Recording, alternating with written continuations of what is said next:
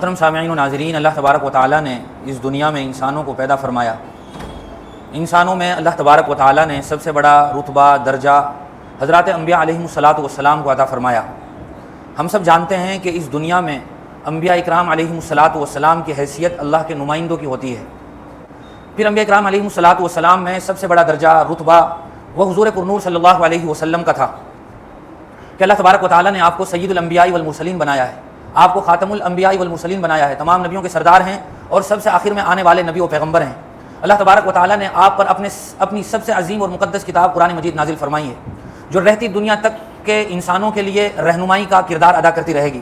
قرآن کریم اس سورہ زمین پر ہمیشہ باقی رہے گا۔ حضور اکرم صلی اللہ علیہ وسلم کی نبوت اور رسالت باقی رہے گی، اور حضور اکرم صلی اللہ علیہ وسلم کی ختم نبوت کے طفیل ہمیں بھی یہ شرف حاصل ہوا کہ اللہ تبارک و تعالیٰ نے ہمیں حضور کی امت میں شامل فرمایا، اور یہ امت آخری امت ہے۔ پھر حضور اکرم صلی اللہ علیہ وسلم کے بعد، تمام نبیوں کے بعد سب سے بڑا درجہ اگر کسی جماعت کا ہے تو وہ صحابہ اکرام رضوان اللہ تعالیٰ علیہم اجمعین کا ہے۔ انبیاء علیہم الصلاۃ کے بعد صحابہ اکرام وہ جماعت ہے کہ جس کا درجہ سب سے بڑا درجہ ہے، اور یہ بات اللہ تبارک و تعالیٰ نے قرآن کریم میں بار بار متعدد مقامات پر بیان فرمائی ہے۔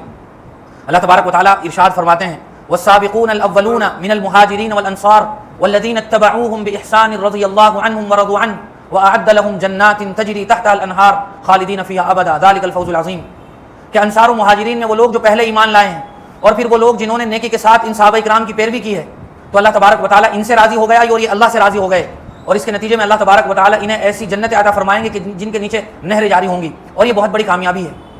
اسی طرح اللہ تبارک و تعالیٰ نے صحابہ کرام کے بارے میں ارشاد فرمایا: محمد الرسول اللہ والذین معه اشداء علی الکفار رحماء بینہم تراہم رکعا سجدا یبتغون فضلا من اللہ ورضوانا، کہ محمد اللہ کے رسول ہیں، اور جو محمد کے ساتھی ہیں یعنی صحابہ کرام، یہ وہ مقدس لوگ ہیں کہ جو کفار و مشرکین کے لیے تو سخت ہیں اور آپس میں یہ نہایت نرم ہیں، اور عبادت کے آثار آپ ان کے چہروں سے اور ان کی پیشانی سے محسوس کر سکتے ہیں کہ یہ صبح شام اللہ تبارک و تعالیٰ کی حمد و ثنا میں اور عبادت میں مصروف رہتے ہیں۔ اسی طرح اللہ تبارک و تعالیٰ نے صحابہ کرام کے بارے میں قرآن کریم میں ارشاد فرمایا: الذین آمنوا وہاجروا وجاہدوا فی سبیل اللہ، کہ یہ وہ لوگ ہیں جنہوں نے دین کے خاطر اپنے گھروں کو چھوڑا اور اپنے جان سے اور مال سے راہ خدا میں قربانی دی، اپنی جانوں کا نذرانہ پیش کیا، تو اللہ تبارک و تعالیٰ انہیں بہت سے انعامات عطا فرمائیں گے۔ اسی طرح اللہ تبارک و تعالیٰ نے قرآن کریم میں یہ بات بھی ارشاد فرمائی: فَإِنْ آمَنُوا بِمِثْلِ مَا آمَنْتُمْ بِهِ فَقَدِ اهْتَدَوْا، کہ اگر لوگوں کو ایمان لانا ہے تو ایسا ایمان لاؤ جیسا صحابہ کرام ایمان لائے۔ گویا اللہ تبارک و تعالیٰ نے صحابہ کرام کی ہدایت کو اور ان کے ایمان کو بقیہ لوگوں کے لیے ایک معیار قرار دیا، پیرامیٹر سیٹ کر دیا کہ ایسا ایمان لانا ہے جیسا صحابہ کرام ایمان لائے ہیں۔ اور اسی طرح اللہ تبارک و تعالیٰ نے قرآن کریم میں ایک جگہ ارشاد فرمایا: ان الذین یغضون اصواتهم عند رسول اللہ اولئک الذین امتحن اللہ قلوبهم للتقوی، کہ صحابہ کرام بطور خاص وہ لوگ ہیں جو اپنی آواز کو رسول اللہ کی آواز سے پس رکھتے ہیں، اور یہ وہ لوگ ہیں کہ جن کے دلوں کو اللہ تبارک و تعالیٰ نے ایمان کے لیے خالص کر لیا ہے، اور یہی لوگ کامیاب ہیں۔ یہ اللہ تبارک و تعالیٰ نے صحابہ کرام کو بہترین مقام عطا فرمایا تھا، اور ایسا خوبصورت ٹائٹل اللہ تبارک و تعالیٰ نے صحابہ کرام کو عطا فرمایا جو ان کے ناموں کا حصہ بن گیا۔ ہم جب بھی کسی صحابی کا نام لیتے ہیں تو اس صحابی کے نام کے ساتھ ہم رضی اللہ عنہم ورضوا عنہ کا ٹائٹل جوڑتے ہیں، جس کا مطلب یہ ہوتا ہے کہ اللہ تبارک و تعالیٰ نے انہیں امر کر دیا ہے کہ اللہ ان سے ہمیشہ ہمیشہ کے لیے راضی ہو گیا، اور انہوں نے سب کچھ اللہ کی رضا کے لیے قربان کر دیا۔ تو یہ ایک ایسا عظیم اور خوبصورت ٹائٹل ہے، اور اللہ تبارک و تعالیٰ کی طرف سے دیا جانے والا ایسا گولڈ میڈل ہے کہ جو صرف صحابہ اکرام کے حصے میں آیا ہے۔ اور یہ مقام اور یہ مرتبہ صحابہ اکرام کو یوں ہی گھر بیٹھے نہیں مل گیا تھا۔ ایسا نہیں تھا کہ وہ کسی بڑے خاندان کی اولاد تھی، یا وہ شہزادے تھے، صاحبزادے تھے، اور انہیں بن مانگے بغیر کسی قربانی کے اللہ تبارک و تعالیٰ نے یہ انعام، یہ اعزاز اور یہ القاب عطا فرما دیے۔ صحابہ کرام رضوان اللہ تعالیٰ علیہم اجمعین نے اپنی جافشانی، محنت، جد و جہد اور مجاہدے کے ذریعے سے یہ مقام حاصل کیا تھا۔ اللہ تبارک و تعالیٰ نے صحابہ کرام کو یہ مقام ہی کیا کچھ کم دیا کہ اللہ تبارک و تعالیٰ نے صحابہ کرام کو اپنے نبی کی صحبت کے لیے خاص فرمایا، اپنے نبی کا ساتھی بنایا۔ یہ بھی بہت بڑا اعزاز ہے، اور یہ ایک ایسا اعزاز ہے جو صرف صحابہ کرام کی خصوصیت ہے۔ اب دنیا میں کوئی آدمی کتنا بھی بڑا ولی بن جائے، کتنا بھی بڑا قطب بن جائے، ابدال بن جائے، اپنی زندگی کی ساری سانسیں اللہ کے ذکر میں خالص کر دے، لیکن کوئی بھی آدمی صحابہ کرام بلکہ ادنی صحابی کے پاؤں کے دھول کے مرتبے کو بھی نہیں پہنچ سکتا ہے۔ یہ مقام اور مرتبہ اللہ تبارک و تعالیٰ نے صحابہ کرام کو عطا فرمایا تھا۔ اور سچی اور حقیقی بات یہ ہے کہ صحابہ کرام نے اپنے کردار سے، اپنی محنت سے وہ انقلابی کارنامہ انجام دیا ہے کہ رہتی دنیا تک کوئی عام آدمی اس کردار کے بارے میں اور اس قربانی کے بارے میں سوچ بھی نہیں سکتا ہے۔ ہم ذرا سا سروے کریں اور جائزہ لیں تو ہم اس نتیجے پر پہنچیں گے کہ کوئی آدمی اس دنیا کا غریب سے غریب بھی ایسا نہیں ہوگا کہ کئی دنوں تک اس کے گھر میں چولہا نہ جلتا ہو۔ کوئی آدمی ایسا نہیں ہوگا چاہے وہ غربت اور افلاس کے کسی بھی درجے کو پہنچا ہوا ہو، وہ خط افلاس سے کتنا ہی نیچے زندگی گزار رہا ہو، کہ کئی دنوں تک اس کے پیٹ میں لقمہ بھی نہ گیا ہو۔ صحابہ کرام رضوان اللہ تعالیٰ علیہم اجمعین نے یہ اپنی زندگی سے اور اپنے عملی کردار سے ثابت کر کے دکھایا ہے۔ صحابہ کرام رضوان اللہ تعالیٰ علیہم اجمعین کے بارے میں حضرت عبداللہ بن مسعود رضی اللہ تعالیٰ عنہ نے ایک بہت تاریخ ساز بات ارشاد فرمائی تھی. وہ بات ہم سب کے دل کے کانوں سے سننے کے قابل ہے. حضرت عبداللہ بن مسعود رضی اللہ تعالیٰ عنہ نے فرمایا تھا من کان مستنن فلیستن بمن قد مات فإن الحی لا تؤمن علیہ الفتنہ، کہ اگر کسی کو پیروی کرنی ہے تو ان لوگوں کی پیروی کرنی چاہیے جو اس دنیا سے رخصت ہو گئے ہیں، کیونکہ زندہ آدمی فتنوں سے محفوظ نہیں ہوتا، اور جو لوگ اس دنیا سے رخصت ہو گئے ہیں ان میں وہ لوگ ہیں جن کی پیروی کی جائے. اولئک اصحاب محمد صلی اللہ علیہ وسلم، کہ وہ لوگ ہیں کہ جو حضور اکرم صلی اللہ علیہ وسلم کے ساتھی اور صحابہ تھے اور جن کو اللہ تبارک و تعالیٰ نے سب سے بڑا مقام عطا فرمایا تھا. پھر انہوں نے حضور اکرم صلی اللہ علیہ وسلم کے صحابہ کی خصوصیت بیان فرمائی کہ وہ کیسے لوگ تھے. اللہ تبارک و تعالیٰ نے انہیں جو صفات عطا فرمائی تھی، ابرہم قلوبا، دل کے لحاظ سے نہایت نیک تھے، واعمقہم علما، ان کا علم بہت ہی گہرائی لیے ہوئے تھا. اسی طرح فرمایا واقلہم تکلفا، کہ وہ تکلف اور بناوٹوں میں بالکل کم تھے، بہت دور تھے اسی باتوں سے. اور پھر سب سے بڑا مقام اور اعزاز اختارہم اللہ لصحبت نبیہ واقامت دینہ، کہ اللہ تبارک و تعالیٰ نے صحابہ اکرام کو اپنے نبی کا ساتھی بنانا منتخب کیا اور اپنے دین کی سربلندی کے لیے انہیں قبول فرمایا. پھر فرمایا کہ آپ لوگ صحابہ اکرام کے نقش قدم پر چلو، کیونکہ وہ بالکل سیدھے راستے پر تھے. وہ راستہ تھا جو انسان کو کعبۃ اللہ تک پہنچاتا ہے. تو صحابہ اکرام رضوان اللہ تعالیٰ علیہم اجمعین میں پھر جس کا مقام سب سے بڑا تھا، انبیاء اکرام کے بعد صحابہ اکرام کا مرتبہ، اور پھر صحابہ اکرام میں بھی سب سے بڑا درجہ، انبیاء کے بعد سب سے بڑا درجہ، خیر الخلائق بعد الانبیاء ابو بکر صدیق رضی اللہ تعالیٰ عنہ. وہ حضرت ابو بکر صدیق رضی اللہ تعالیٰ عنہ تھے. ہم حضرت ابو بکر صدیق رضی اللہ تعالیٰ عنہ کی زندگی پر اگر اچٹتی ہوئی نظر بھی ڈالیں، جس کو طائرانہ نظر کہتے ہیں، تو ہمیں احساس ہوگا کہ واقعی حضرت ابو بکر صدیق رضی اللہ تعالیٰ عنہ اس قابل تھے اور اس لائق تھے کہ انہیں نبیوں کے بعد سب سے بڑا درجہ دیا جاتا. صحابہ اکرام رضوان اللہ تعالیٰ علیہم اجمعین میں سے ہر ایک صحابی بالکل چمکتا دمکتا ہیرا ہے. ہر صحابی کی اپنی ایک شان ہے، لیکن حضرت ابوبکر صدیق رضی اللہ تعالیٰ عنہ کی شان ستاروں کے جھرمٹ میں چمکتے ہوئے چاند کی ہے. حضرت ابوبکر صدیق رضی اللہ تعالیٰ عنہ وہ صحابی ہیں کہ جن کا تذکرہ ہم عظمت کے ساتھ کرتے ہیں، جن کا نام ہم فخر کے ساتھ لیتے ہیں، اور ہم صبح سے شام تک جب بھی کوئی دینی بات سنیں گے تو کہیں نہ کہیں حضرت ابوبکر صدیق رضی اللہ تعالیٰ عنہ کا نام بھی ہم سنتے ہیں. یہ دین جو صحت و سلامتی کے ساتھ ہم تک پہنچا ہے، جہاں اس میں صحابہ اکرام کی بے شمار قربانیاں اور جفاکشی کی داستانیں ہیں، وہاں حضرت ابوبکر صدیق رضی اللہ تعالیٰ عنہ کا نام سر فہرست ہے اور ان کا کردار بالکل نمایاں ہے. حضرت ابوبکر صدیق رضی اللہ تعالیٰ عنہ وہ عظیم صحابی ہیں کہ جنہوں نے اسلام سے پہلے بھی غلط حرکتیں انجام نہیں دی.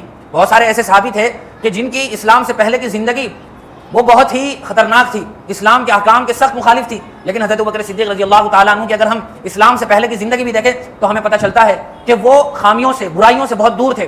وہ جوئے سے، سٹے سے، شراب سے بالکل دور تھے.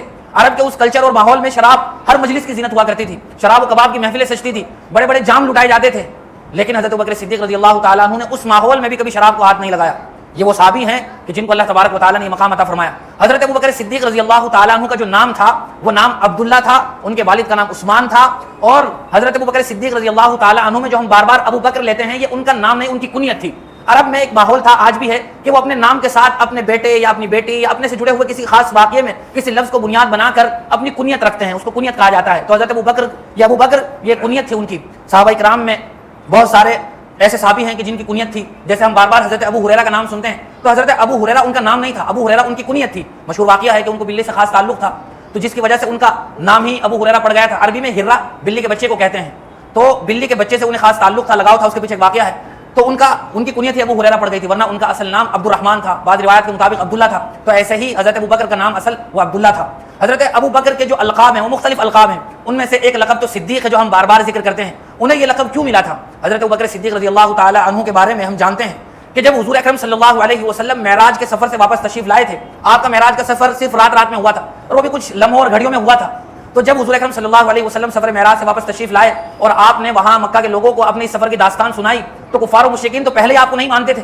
وہ اس بات کو کیوں کر مان سکتے تھے جو انسانی عقل سے بالکل ماورا تھی؟ تو انہوں نے الگ سے جا کر، جب تک اس واقعے کا حضرت ابوبکر صدیق کو پتہ نہیں تھا، اور جا کر انہوں نے سوال کیا حضرت ابوبکر صدیق سے کہ کیا اگر کوئی آدمی یہ بات کہے کہ میں رات میں جا کر فلسطین سے واپس آیا ہوں، تم اس کی بات کو مانو گے؟ حضرت ابوبکر نے کہا میں یہ بات نہیں مان سکتا، کیونکہ یہ بات ایک ایسی بات ہے جو ناممکن ہے کہ ایک آدمی مکہ سے فلسطین ایک ہی رات میں سفر کر کے واپس آ جائے. تو انہوں نے پھر کہا کہ یہ وہ بات ہے جو آپ کے ساتھی محمد کہتے ہیں.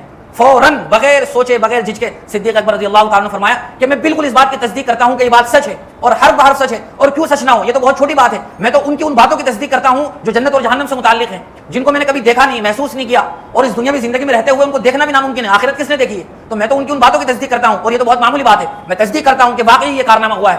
اس واقعے کے بعد بطور خاص حضرت ابوبکر کا لقب ہی صدیق پڑ گیا تھا. اسی طرح ان کا ایک دوسرا لقب ہے عتیق. حضرت ابوبکر صدیق رضی اللہ تعالیٰ عنہ کا وہ لقب ان کا اس لیے پڑا کہ حضور اکرم صلی اللہ علیہ وسلم نے انہیں ایک مرتبہ اپنی روایت میں ارشاد فرمایا انت عتیق من النار، کہ اللہ تبارک و تعالیٰ نے تمہیں جہنم سے آزاد کر دیا ہے. حضرت ابوبکر صدیق رضی اللہ تعالی عنہ جس نسل سے تعلق رکھتے ہیں، چھٹی پشت میں جا کر حضرت ابو بکر کا اور حضور اکرم صلی اللہ علیہ وسلم کا نسب نامہ ایک ہو جاتا ہے۔ حضرت ابوبکر صدیق رضی اللہ تعالی عنہ عمر میں حضور اکرم صلی اللہ علیہ وسلم سے 2 سال چھوٹے تھے۔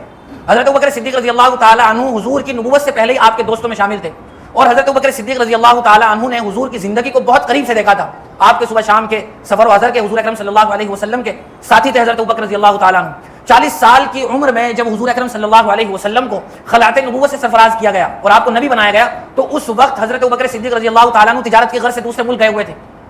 جب واپس آئے تو پتہ چلا کہ حضور اکرم صلی اللہ علیہ وسلم نے اپنی نبوت کا اعلان کیا ہے، تو کسی نے بتایا مکہ کے لوگوں میں سے ہی کہ فلاں آدمی نے ایک نئے دین کو ایجاد کر دیا ہے۔ بعد میں پتہ چلا کہ وہ تو محمد ابن عبداللہ ہے، یعنی حضور اکرم صلی اللہ علیہ وسلم ہے۔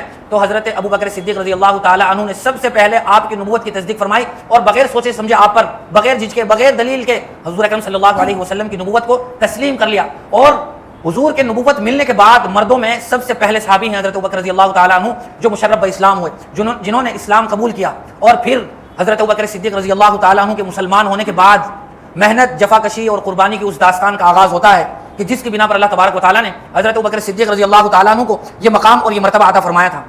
ہم دیکھیں کہ حضور کی زندگی میں قدم قدم پر حضرت ابوبکر کا تذکرہ ملتا ہے، سفر ہو، حضر ہو، بیماری ہو، صحت ہو، حضور اکرم صلی اللہ علیہ وسلم کی نبوت کا ابتدائی دور ہو، ہجرت کا واقعہ ہو، انتقال پرملال کا واقعہ ہو، ہر جگہ ہمیں حضرت ابوبکر صدیق رضی اللہ تعالیٰ عنہ کا کردار نظر آئے گا۔ حضرت ابوبکر صدیق رضی اللہ تعالیٰ عنہ نے اسلام لانے کے بعد فوراً حضور کے مشن کے ساتھ جڑ کر محنت کا آغاز کر دیا۔ حضور اکرم صلی اللہ علیہ وسلم نے نبوت کا اعلان کیا، حضرت ابوبکر مسلمان ہوئے اور آہستہ آہستہ دین کا پیغام خفیہ طریقے سے لوگوں تک پہنچنا شروع ہوا۔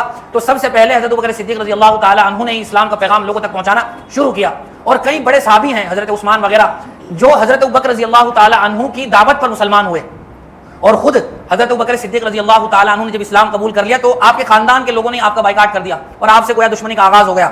حضور اکرم صلی اللہ علیہ وسلم کی نبوت کا ابتدائی دور تھا، حضور اکرم صلی اللہ علیہ وسلم کعبۃ اللہ کے پاس لوگوں کو دین کی دعوت دے رہے تھے۔ کفار و مشرکین کو پتہ نہیں کیا سوجی، انہوں نے حضور اکرم صلی اللہ علیہ وسلم کو زد و کوب کرنا شروع کر دیا، تشدد شروع کر دیا۔ نتیجہ یہاں تک ہوا کہ انہوں نے کپڑے سے حضور اکرم صلی اللہ علیہ وسلم کے گلے کو گویا باندھ دیا۔ خبر حضرت ابوبکر رضی اللہ تعالیٰ عنہ تک پہنچی کہ ایسا واقعہ ہوا ہے، فوراً دوڑے ہوئے آئے اور حضور اکرم صلی اللہ علیہ وسلم کو کفار و مشرکین سے یہ کہتے ہوئے چھڑایا، اتقتلون رجلا ان یقول ربی اللہ، کیا تم ایک آدمی کو صرف اس لیے قتل کر رہے ہو کہتا ہے کہ اس کائنات کا خالق تن تنہا ایک ہے، اللہ ہے، اس کے علاوہ کوئی معبود نہیں ہے؟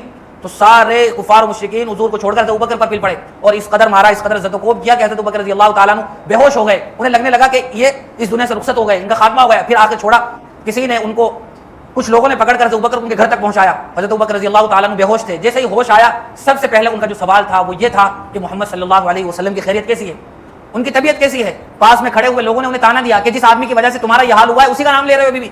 حضرت ابوبکر رضی اللہ تعالیٰ عنہ بار بار پوچھتے رہے، ان کی والدہ نے کچھ کھانے کو دینا چاہا، دودھ پیش کیا، پینے سے منع کر دیا، بار بار پوچھتے رہے۔ ام جمیل کو ان کی والدہ نے، ام الخیر سلمہ نے بھیجا کہ دیکھ کے آؤ ان کی طبیعت کیسی ہے، انہوں نے آ کر بتایا صحیح ہے حضور اکرم صلی اللہ علیہ وسلم، پھر بھی تسلی نہیں ہوئی۔ پوچھا حضور اس وقت کہاں ہیں؟ کہا کہ دار ارقم میں موجود ہیں۔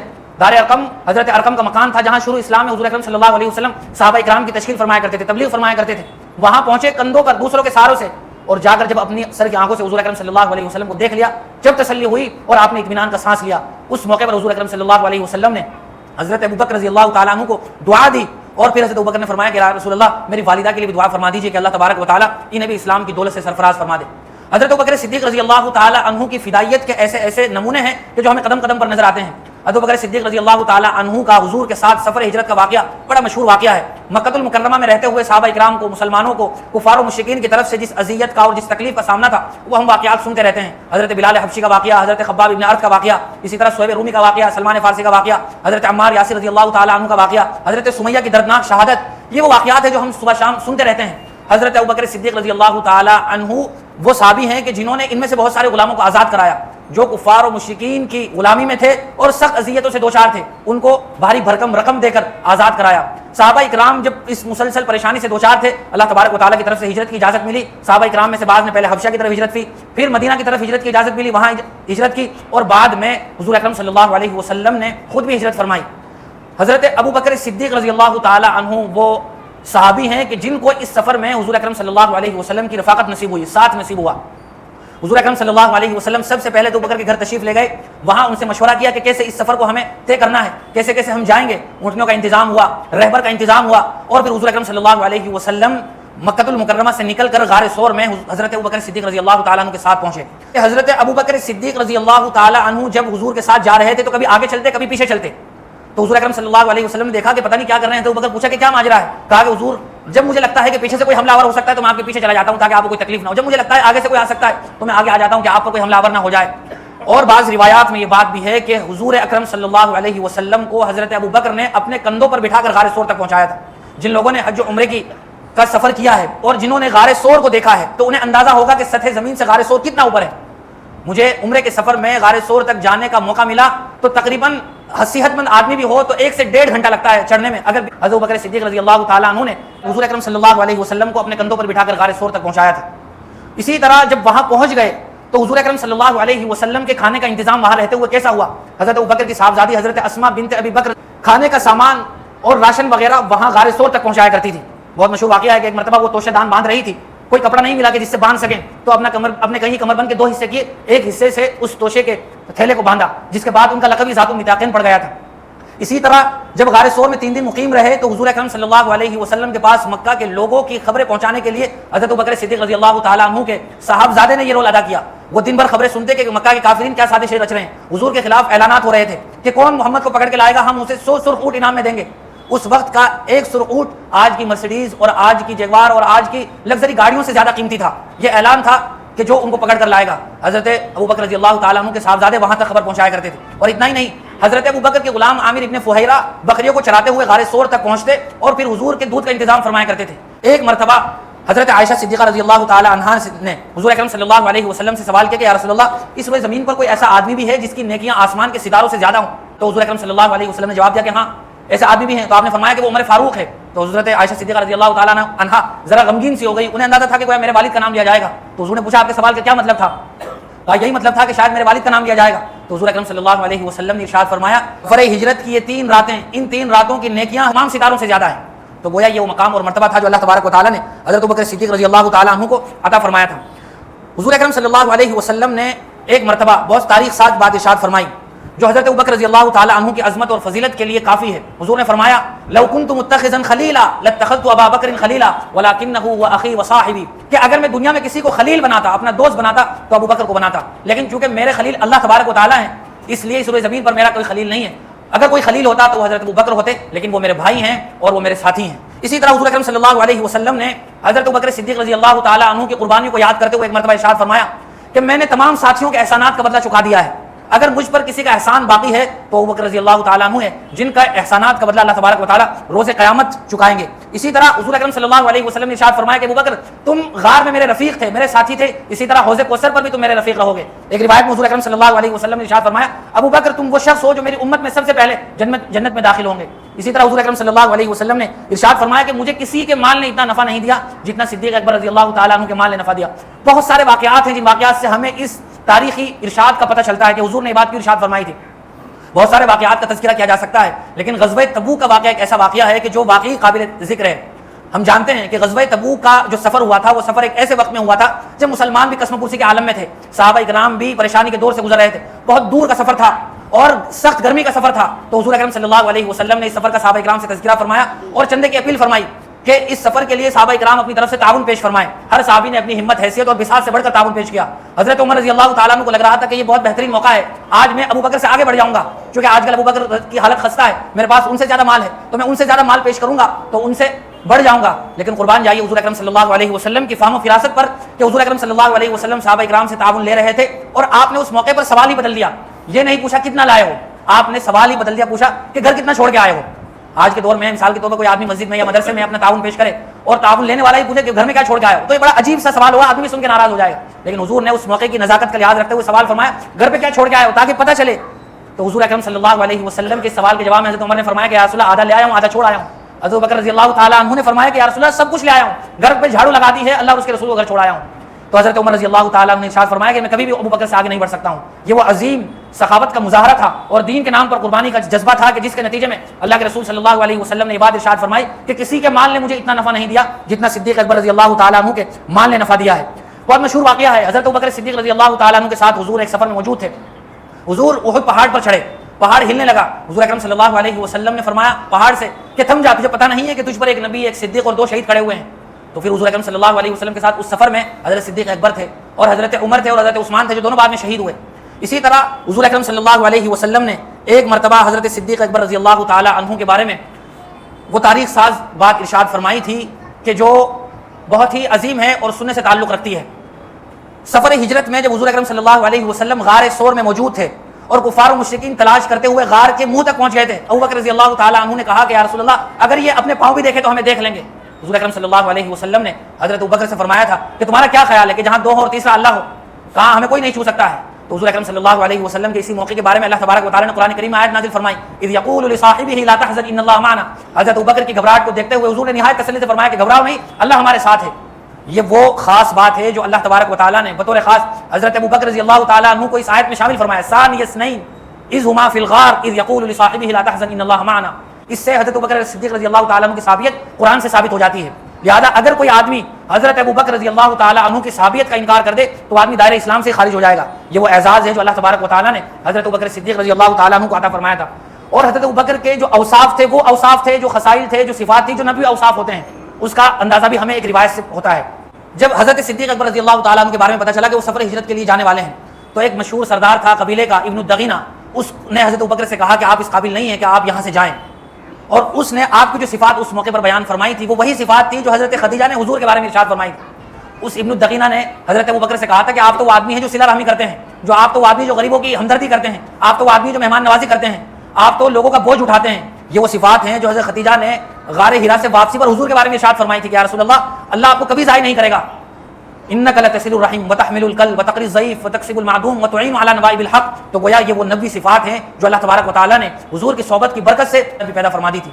حضرت ابو بکر صدیق رضی اللہ تعالیٰ عنہ کے بہت سارے کارنامے ہیں، لیکن عظیم کارنامہ وہ حضور اکرم صلی اللہ علیہ وسلم کے انتقال پرملال کے وقت کا ہے۔ جانتے ہیں کہ ایک مرتبہ حضور اکرم صلی اللہ علیہ وسلم نے یہ بات ارشاد فرمائی کہ ایک آدمی ہے کہ جس کو اللہ تبارک و تعالیٰ نے دو آپشن دیے ہیں، یا تو وہ روئے زمین پر رہ لے، زندہ رہ لے، یا اللہ تبارک و تعالیٰ اسے اپنے پاس بلانا چاہتے ہیں۔ تو اس آدمی نے اللہ کے پاس جانا پسند فرما لیا ہے۔ صحابہ کرام جو بیٹھے ہوئے تھے وہ سب سمجھے نہیں اس بات کو، لیکن حضرت ابو بکر صدیق رضی اللہ تعالیٰ عنہ سمجھ گئے، چونکہ وہ آپ کے مزاج شناس تھے، تو وہ زار و قطار رونے لگے اور وہ سمجھ گئے کہ اس روایت میں گویا حضور اکرم صلی اللہ علیہ وسلم کے انتقال کا وقت اب قریب ہوا چاہتا ہے۔ گویا یہ آدمی حضور اکرم صلی اللہ علیہ وسلم ہی ہیں جنہوں نے اللہ کے پاس جانا پسند کر لیا ہے۔ حضور اکرم صلی اللہ علیہ وسلم کا جب انتقال پرملال ہوا تو اس وقت صحابہ کرام پر جو کیفیت طاری ہوئی تھی ہم بارہا سنتے رہتے ہیں کہ صحابہ کرام اپنے گویا ہوش و حواس کھو بیٹھے تھے۔ حضرت عمر رضی اللہ تعالیٰ عنہ کے بارے میں تو آتا ہے انہوں تو اتنا عجیب لگا اور ان پر ایسی کیفیت طاری ہوئی، انہوں نے لوگوں سے کہہ دیا کہ اگر کوئی آدمی یہ کہے گا کہ محمد صلی اللہ علیہ وسلم کا انتقال ہو گیا میں اس کی گردن قلم کر دوں گا۔ وہ اللہ کے پاس گئے جس طرح حضرت موسیٰ گئے تھے اللہ سے بات کرنے کے لیے، واپس آ جائیں گے۔ بڑا ہی عجیب ماحول تھا، غمگینی پورے مدینہ پر چھائی ہوئی تھی۔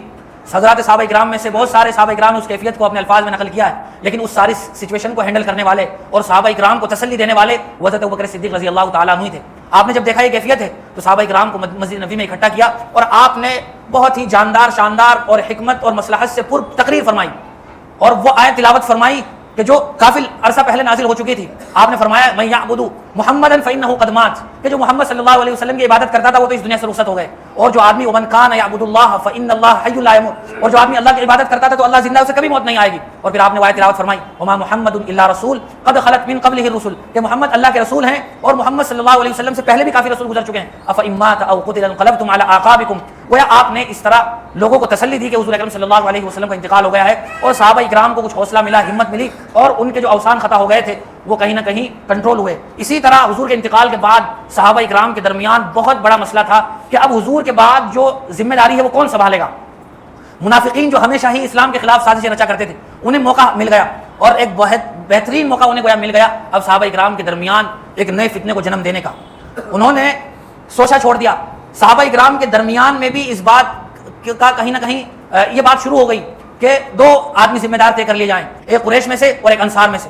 یہ ایک ایسی عجیب بات تھی کہ اگر یہ ہو جاتا تو امت مسلمہ دو دھڑوں میں بڑھ جاتی اور وہ نقصان ہوتا امت مسلمہ کا کہ جس کی بھرپائی کبھی نہ ہو پاتی۔ لیکن صدیق اکبر رضی اللہ تعالیٰ عنہ کی حکمت اور فہم و فراست کے نتیجے میں یہ بات بھی ختم ہو گئی، اور حضرت صدیق اکبر رضی اللہ تعالیٰ عنہ نے کہا کہ اس ذمہ داری کو یا تو حضرت عمر سنبھالے یا ابو عبیدہ بن جراح سنبھالے۔ لیکن حضرت عمر رضی اللہ تعالیٰ عنہ فوراً آگے بڑھے اور حضرت ابوبکر صدیق رضی اللہ تعالیٰ عنہ کے ہاتھ کو تھام لیا اور کہا کہ میں آپ کے ہاتھ پر بیعت کرتا ہوں۔ پھر صحابہ کرام متفق ہو گئے اور حضرت ابوبکر صدیق رضی اللہ تعالیٰ عنہ کو سب سے پہلا خلیفہ راشد طے کر لیا گیا۔ یہ اتنا بڑا فتنہ و فساد جنم لے سکتا تھا کہ جس کی بھرپائی کی کوئی شکل نہیں تھی، لیکن اللہ تبارک و تعالیٰ نے صدیق اکبر رضی اللہ تعالیٰ عنہ کے طفیل یہ اس فتنے کا خاتمہ کر دیا۔ اور اس کے اشارے اگر ہم دیکھیں تو حضور کی زندگی سے ہی ملتے ہیں۔ حضرت ابوبکر صدیق رضی اللہ تعالیٰ عنہ وہ صحابی ہیں جنہیں حضور کی زندگی میں 17 نمازوں میں امامت کا شرف حاصل ہوا تھا. گویا آپ کی امامت سے آپ کی خلافت بھی کہیں نہ کہیں طے ہو گئی تھی. حضرت صدیق اکبر رضی اللہ تعالیٰ عنہ کی خلافت کے کارناموں میں سے بڑا کارنامہ اور بہت سارے کارناموں میں سے عظیم کارنامہ وہ ان لوگوں کا مقابلہ تھا جنہوں نے حضور کے انتقال کے فوراً بعد نبوت کا دعویٰ کر دیا تھا. بہت سارے وہ مسلمان جو بھی تازہ مسلمان ہوئے تھے وہ پھر گئے تھے, اور مسیلمہ کذاب اتنا بڑا لشکر لے کر مدینہ پر حملہ آور ہو رہا تھا کہ اس سے بڑا لشکر پہلے کبھی نظر نہیں آتا تھا. لیکن حضرت صدیق اکبر رضی اللہ تعالیٰ عنہ کی فہم و فراست اور دینی شجاعت اور اسلامی غیرت و حمیت کے نتیجے میں مسلمہ کذاب کا بھی خاتمہ ہوا اور اس کے فتنے کا بھی خاتمہ ہوا. اس نے جس جھوٹی نبوت کا دعویٰ کیا تھا وہ ہمیشہ کے لیے دفن ہو گیا. اسی طرح بہت سارے لوگ ایسے تھے جنہوں نے زکات دینے سے انکار کر دیا تھا. انہوں نے کہا تھا ہم زکات نہیں دیں گے. حضرت صدیق اکبر رضی اللہ تعالیٰ عنہ نے صحابہ کرام سے کہا کہ ان لوگوں کے ساتھ جہاد کیا جائے جنہوں نے زکات دینے سے انکار کر دیا ہے. صحابہ کرام نے حضور اکرم حضرت ابوبکر کو کہا بھی کہ بڑا ہی خطرناک زمانہ ہے, حالات بہتر نہیں ہے, بہتر ہے کہ ابھی ان لوگوں کو چھوڑ دیا جائے. صدیق اکبر رضی اللہ تعالیٰ عنہ کی دینی غیرت جوش میں آئی اور کہا اینقص الدین وانا حی, کہ اللہ کے رسول کا لایا ہوا دین مٹے اور میں زندہ رہوں, یہ ہو نہیں سکتا ہے. فوراً آپ نے ان کے خلاف لشکر کشی کا حکم دیا, اور جن لوگوں نے زکات دینے سے انکار کر دیا تھا حضرت ابوبکر نے فرمایا کہ اگر کوئی ایک رسی بھی حضور کے زمانے میں زکات میں دیا کرتا تھا تو وہ بھی اس سے وصولی جائے گی. اسی طرح بہت بڑا واقعہ تھا حضرت اسامہ رضی اللہ تعالیٰ عنہ کے لشکر کو بھیجنے کا. حضور کے انتقال سے کچھ پہلے حضور نے اس لشکر کو ترتیب دے دیا تھا اور اس کو صرف روانہ ہونا تھا, اور حضور اکرم صلی اللہ علیہ وسلم کے انتقال کا عظیم ثانیہ پیش آ گیا. تو آپ کے انتقال کے بعد صحابہ اکرام نے حضرت ابوبکر کو سمجھایا کہ ابھی اس لشکر کو نہ بھیجا جائے, حالات سازگار ہو جائیں اس کے بعد دیکھا جائے گا. لیکن حضرت ابوبکر صدیق رضی اللہ تعالیٰ عنہ نے فرمایا کہ جو بات حضور نے کر دی تھی میں کون ہوتا ہوں اس کو روکنے والا. حضرت ابوبکر صدیق رضی اللہ تعالیٰ عنہ نے اس لشکر کو روانہ فرمایا اور اس کے بہت بہترین اور مثبت نتائج برآمد ہوئے. جتنے بھی فیصلے اس کنڈیشن میں حضرت ابوبکر صدیق رضی اللہ تعالیٰ عنہ نے لیے, بعد میں پتہ چلا کہ وہ تمام تر فیصلے اور وہ تمام تر اقدامات نہایت مثبت تھے, بروقت تھے اور صحیح تھے. پوری سچویشن بھی ہینڈل ہو گئی اور صحابہ اکرام کو بھی اس بات کا احساس ہو گیا. اور اتنے بڑے صحابی ہونے کے باوجود جن کو خلافت کی اتنی بڑی عظیم ذمہ داری دے دی گئی تھی, خود کا اپنا حال یہ تھا کہ بہت ہی روکھا سوکھا کھاتے تھے اور موٹا جوٹا پہنتے تھے. جب حضور کا انتقال ہوا اور آپ اپنی تجارت کی غرض سے بازار کی طرف جا رہے تھے, حضرت عمر نے پوچھ لیا کہ کہاں جا رہے ہو؟ انہوں نے کہا کہ کھانے کمانے کا انتظام کرنے جا رہا ہوں. تو حضرت عمر رضی اللہ تعالیٰ نے فرمایا کہ تیرے مسلمانوں کا کیا ہوگا؟ فرمایا کہ میرے بھی بچوں کا کیا ہوگا؟ تو حضرت صدیق اکبر رضی اللہ تعالیٰ عنہ کو حضرت عمر نے کہا کہ آپ کو بیت المال سے وظیفہ ملے گا جس کے ذریعے سے وہ انتظامات ہوں گے, لیکن آپ مسلمانوں کی ذمہ داری سنبھالیں گے. اور پھر حضرت صدیق اکبر رضی اللہ تعالیٰ عنہ نے اس عظیم عہدے پر رہتے ہوئے ایک عام مسلمان کے برابر اپنے لیے وظیفہ مقرر فرمایا. بہت مشہور واقعہ ہے, ان کی بیوی نے ایک مرتبہ جو بھی کچھ وظیفہ ملتا تھا اس میں سے تھوڑے سے پائی اکٹھا کی, اور وہ اتنا ہو گیا کہ آپ ایک میٹھی کوئی ڈش تیار کر سکتی تھی. صدیق اکبر رضی اللہ تعالیٰ عنہ نے بعد میں اس کو بھی منع کروا دیا کہ یہ بھی گویا ہمارے گھر کے لیے زیادہ ہے. یہ وہ اوصاف تھے اور یہ وہ صفات تھی کہ جس کے نتیجے میں اللہ تبارک و تعالیٰ نے حضرت صدیق اکبر رضی اللہ تعالیٰ عنہ کو یہ مقام اور مرتبہ عطا فرمایا تھا. اور دین سے محبت ہی کا یہ نتیجہ تھا کہ حضرت ابوبکر وہ واحد صحابی ہیں جن کی 4 نسلیں صحابی ہیں. ہم جانتے ہیں کہ صحابی اس کو کہا جاتا ہے جس نے ایمان کی حالت میں حضور سے ملاقات کی ہو اور ایمان ہی پر اس کا خاتمہ ہوا ہو. حضرت ابوبکر واحد صحابی ہیں, اکیلے صحابی ہیں کہ جن کی 4 نسلیں صحابی ہوئی ہیں. کسی اور صحابی کے حصے میں یہ شرف اور یہ اعزاز نہیں آیا. ہم دیکھیں حضرت ابوبکر صدیق رضی اللہ تعالیٰ عنہ کے والد محترم بھی فتح مکہ کے موقع پر مسلمان ہو گئے تھے, حضرت ابو قحافہ رضی اللہ تعالیٰ عنہ. حضرت ابوبکر خود صحابی ہیں. پھر حضرت ابوبکر کے صاحبزادے عبد الرحمن ابن ابی بکر صحابی ہیں. پھر حضرت ابوبکر کے پوتے محمد ابن عبد الرحمن صحابی ہیں. وہ 4 نسلیں ہیں جو شرف صحابیت سے مشرف ہوئی, اور یہ اعزاز اللہ تبارک و تعالیٰ نے حضور اکرم صلی اللہ علیہ وسلم کی غلامی اور صحبت کے نتیجے میں حضرت ابوبکر کو عطا فرمایا. اسی طرح حضرت ابوبکر صدیق رضی اللہ تعالیٰ عنہ صرف عشرہ مبشرہ میں شامل نہیں ہیں بلکہ حوض کوثر پر حضور اکرم صلی اللہ علیہ وسلم کے ساتھی ہوں گے. یہ وہ کارنامے ہیں اور یہ وہ فضائل ہیں جو حضرت ابوبکر صدیق رضی اللہ تعالیٰ عنہ کو حضور کی صحبت کے اور دین اسلام کے تئیں قربانی کے نتیجے میں ملے ہیں. آج بھی ہم حضرت صحابہ کرام رضوان اللہ تعالیٰ علیہم اجمعین کے نام لیتے ہیں, لیکن جب ہم ان کے کردار کو دیکھتے ہیں تو ان کی عظمت کو دیکھتے ہوئے ہمارے ٹوپے نیچے گر جائیں. لیکن جب ہم اپنے کردار پر اور اپنے گریبان میں جھانک کر دیکھیں تو نہایت افسوس ہوتا ہے کہ ہم کن صحابہ کرام کے نام لیوا ہیں اور آج ہماری کیا صورتحال ہے. وہ صحابہ کرام کے جن کا نام سن کر اس وقت کی سپر پاور حکومتوں کے بادشاہوں کے کلیجے ہلایا کرتے تھے. حضرت عمر رضی اللہ تعالیٰ عنہ مشہور صحابی ہم سب جانتے ہیں. شیطان بھی ڈرتا تھا اور وہ لوگ بھی ڈرتے تھے کہ جو مسلمان بھی نہیں ہوئے تھے. بہت مشہور واقعات ہیں, بات لمبی ہو جائے گی, لیکن ہم بھی انہی کے نام لیوا ہے. اور آج سوسائٹی میں, سماج میں, معاشرے میں, ملک میں, صوبے میں ہم مسلمانوں کی اجتماعی طور پر کیا صورتحال ہے, سیاسی لحاظ سے, سماجی لحاظ سے, معاشرتی لحاظ سے, وہ ہر آدمی جانتا ہے. سوشل میڈیا کا دور ہے, ہماری کسی سطح پر کوئی پوچھ گچھ نہیں ہے, اور جس ذبو حالی اور جس پستے کی طرف ہم جا رہے ہیں اللہ تبارک و تعالیٰ ہم سب کی حفاظت فرمائے. تباہی ہے. ہم جو دیکھ رہے ہیں تباہی نظر آ رہی ہے. بنیادی اس کا اگر رزلٹ نکالا جائے, ریزن تلاش کیا جائے تو یہ ہے کہ ہم نے صحابہ کرام رضوان اللہ تعالیٰ علیہم اجمعین کی زندگیوں کو خیر آباد کہہ دیا, حضور کی سنتوں کو ہم نے بالائے طاق رکھ دیا, پس پوچھ ڈال دیا, اور ہم صرف نام کے مسلمان ہوئے, کام کے مسلمان نہ ہوئے. حالانکہ وہ مددیں اور نصرتیں جو صحابہ کرام کو اللہ تبارک و تعالیٰ نے عطا فرمائی تھی وہ آج بھی اتر سکتی ہیں. اللہ کی مدد اور نصرت وہ شخصیات کے ساتھ خاص نہیں ہے، اعمال کے ساتھ خاص ہیں. جو بھی صحابہ کرام والے اعمال اپنائے گا اللہ کی مدد اور نصرت اس کے ساتھ ہے. علامہ اقبال نے فرمایا تھا فضائے بدر پیدا کر، فرشتے تیری نصرت کو اتر سکتے ہیں گردوں سے قطار اندر قطار اب بھی. ہمارے اندر وہ اعمال ہوں، وہ صفات ہوں جو صحابہ کرام نے فرمائی، جو صحابہ کرام نے اختیار فرمائی تھی، تو فرشتے آج بھی باقی ہیں دنیا میں اور ہماری مدد کو اللہ تبارک و تعالیٰ اتار سکتے ہیں. لیکن ہمارے پاس وہ صفات نہیں جن صفات کے نتیجے میں یہ مدد اور نصرتیں اترتی ہیں. اس لیے اخیر میں ہمیں سب کو اپنے نفس کا جائزہ لینا ہے، اپنے گریبان میں جھانک کر اپنے کردار پر نظر ڈالنی ہے اور اپنی لائف کا ایک مرتبہ پھر ریویو کرنا ہے، نظر ثانی کرنی ہے، تاکہ ہم ان غلطیوں کا ادراک کر سکیں، ان خامیوں کو تلاش کر کے دور کر سکیں جو ہماری صبح شام کی زندگیوں میں باقی ہیں. باقی ہم حضرات صحابہ کرام کے لیے بھی ایصال ثواب کا اہتمام کیا کریں، ان کو بھی ہم خراج تحسین پیش کیا کریں کہ دین کی تبلیغ میں ان کا جو کنٹریبیوشن ہے اور ان کی جو خدمات ہیں ان کو نہ بلایا جا سکتا ہے اور نہ ان کے احسانات کا بدلہ چکایا جا سکتا ہے. اس لیے جب ہم دعائیں مانگا کریں تو اپنی دعاؤں میں یہ بات بھی ہم شامل کیا کریں کہ یا اللہ یہ دین جن صحابہ کرام اور بزرگان دین کے طفیل ہم تک پہنچا ہے، اے اللہ تو ان کو اپنی شان بدلہ عطا فرما.